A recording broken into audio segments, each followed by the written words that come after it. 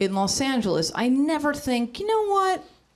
I wish this place was smaller but costs more money. I never think that. Like, New York was crazy. I paid so much money for this little apartment, and every time I showered, it looked like I was hiding.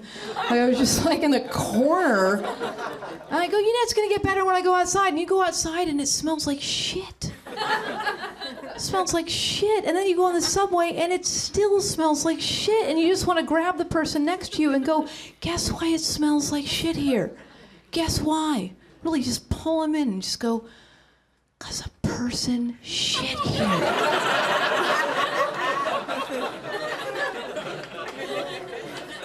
There are no stray dogs in the subway. A human being was like, I go here now. I'm gonna go here now.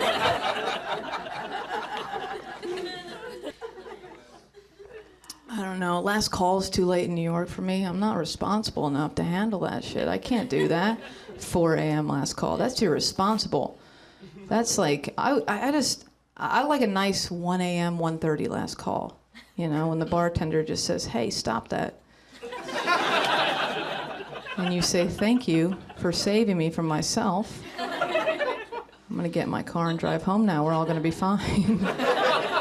New York is crazy. It's 4 a.m. If you're drinking at 4 a.m., you should not be out and about with other people. You should be at home alone crying. That's 4 a.m. drinking.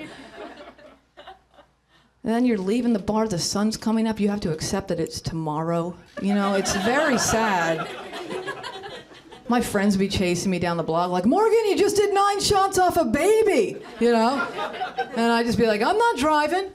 I'm not driving. Like, not driving is an excuse for any horrific behavior you could possibly get into, you know? Oh, you just peed on that lady, then stabbed her to death. I'm taking a taxi. We're all gonna be fine. Oh, you guys ever seen that movie, How to Lose a Guy in 10 Days? That's my favorite movie of all time. I know what you're thinking, what about Casablanca? What about Shawshank Redemption? What about these beautiful movies? Mm-mm. I watch How to Lose a Guy in 10 Days probably 7 to 10 times a year. I love it so much. If you don't know what it's about, it's Kate Hudson plays a pretty lady. Matthew McConaughey plays a pretty man. And the whole thing is like, Kate Hudson's like, I'm gonna lose him in 10 days. And her friends are like, no, you're not. And then she tries real hard, and that's what the movie's about. So she's trying to lose Matthew McConaughey in 10 days, right? And she does all this crazy shit. She brings a plant over to his apartment. She brings stuffed animals over. She does a funny accent. She's doing all this crazy shit, you know? And then she goes to her friend. She's like, I don't know what's happening. I can't lose this guy in 10 days. But every time I watch the movie and I see her do all this stuff, all I can think is, shit on the floor.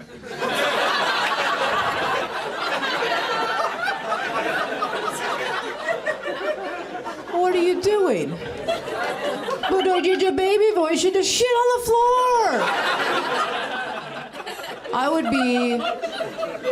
I would honestly be the worst, like, weirdest best friend in a movie. Because she'd come to me and she's like, I did all this stuff. And I'd be like, do you shit on the floor? I mean, I would just try that. I mean, serious, though.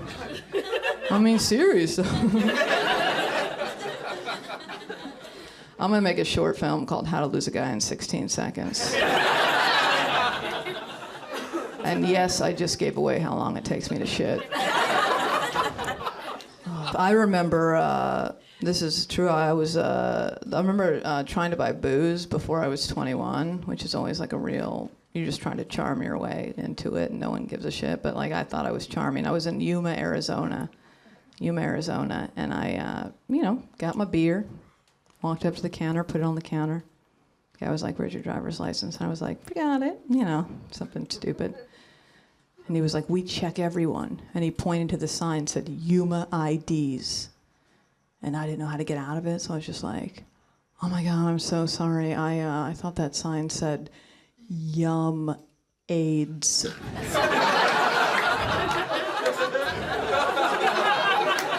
Yum AIDS, positive spin campaign for terminal illnesses, no? Should work on the spacing of those letters, very confusing to me. Love Halloween. I don't know if anybody else is into Halloween as much as I am. Love it. I think it's the best holiday. I think it should be the only holiday, frankly. I think maybe Christmas and Hanukkah, for kids, but then Halloween, like 12 Halloweens a year. That would be a blast because you don't have to like remember some sad shit, and also it's fun, and then you get to see what little boys are going to be gay, and that's fun. But also, I don't know, everyone just has fun with it. There's a bar by my house that I go to maybe all the time, and the chalkboard on the wall says, come to karaoke on Fridays. You know what it says in October? Come to karaoke. That's exciting for me. That's fun. That's a pun. I'm fucking in. I love that shit. I just want to see them do that at really serious places, like just walk in and have someone be like, hello and welcome to the Holocaust Museum.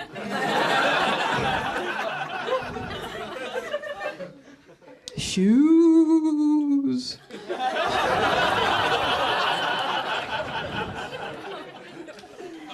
I'm sorry, sir, but your son has spookemia. We're having fun. It's Halloween. Cheer up. Why are you so sad? Oh, no. Trying to figure out love. That is rough. Love.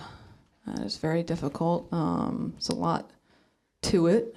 I don't know. I'm not good at it at all, frankly. I'm trying to get better at it. I think I'm getting better at it, but it's just, you don't have, I like the wrong people. And I'm not about to say that, I have bad luck or oh my God, look at me with 10 shitty people in a row. I don't know what's wrong. It's me. I like bad boys. I like bad boys. I don't mean like a motorcycle in an earring. That's a homosexual. I mean like a fucking asshole. Like you have two options as a lady. I actually like to say, that if I want to fuck you, that's not a compliment. It's a diagnosis.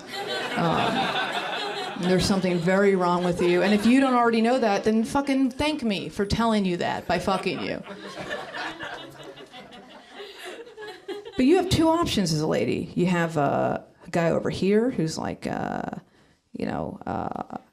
love you, you're beautiful, you're amazing, you're perfect, I want to give you money and cupcakes and prizes and shit, right?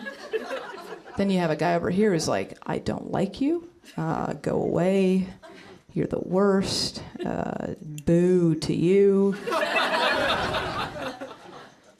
And then every time I just weigh the two. I'm like, all right, this guy has prizes. This guy does not like me. All right, that's good things to think about. Weigh the two, balance it out, figure it out. It's a hard one, And every time you start it, I try to fix a shitty guy every single time. And it never fucking works. It's never worked. It's never paid off, right? I met a guy recently who I thought was like, this is for me. This is the right choice for me. He was like, I always say I want a guy who is, he gets it, but he can fix shit, And my friends would always be like, there's no funny lumberjacks. That's a weird request. But I met a guy who was amazing, incredible, and he was funny and lovely, and he lived in Vermont in the woods, in a house in the woods, not in the actual woods like a weird creature. But he was incredible, and he would send me pictures of himself building his deck. He's like, look, I built a deck, and I'd write back I took a taxi 2 blocks, we're different, But I went out there to visit him. I went to Vermont. I sledded. I'm from LA. I sledded for this guy, right? I went to the Goodwill. I bought a head-to-toe red snowsuit. I went careening down the hill. He was like, oh, look, it's the Red Baron. And I said, are you making fun of me because I can't have children? And what? That was fun. That was fun that happened. And then I go to New York, and he was like, I want to come see you. And I gave him permission, because he's a grown man, and he needs that. Gave him permission to come see me. He was so happy. He was so happy I gave him permission to come see me. He wrote back, I can't stop smiling, XOXO. Yeah, a guy who built a deck couldn't stop smiling, XOXO. I don't know if it's because I'm a comedian, because I moved around a lot as a kid, and I'm just a cynical person, but it took all of the willpower in my entire being to not write back like, fag.